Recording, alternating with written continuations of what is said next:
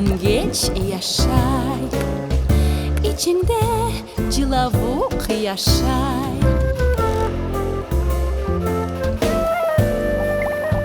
Karadeniz, büyük deniz, içinde neler yaşay. İçinde Yunus balığı yaşay, İçinde karides yaşay.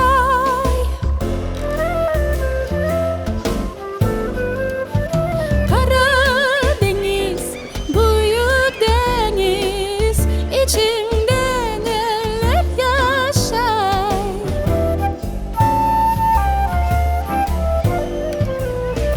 İçinde levrek yaşay, İçinde kefal yaşay.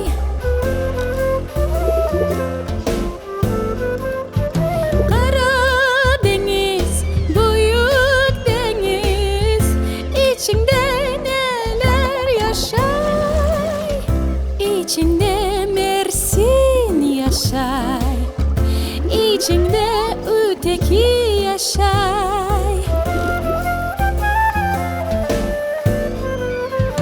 Karadeniz, büyük deniz, içinde neler yaşay.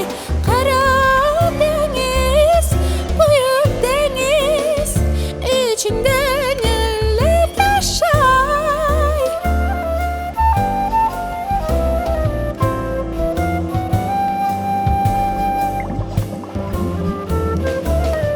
Cilavuk ve yengeç yaşay, karides ve Yunus balığı, kefal ve levrek yaşay. Öteki ve Mersin yaşay.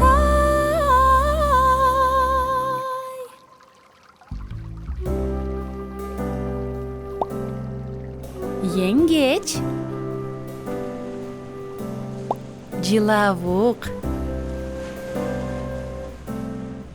Yunus balığı, levrek, kefal, Mersin, öteki, karides,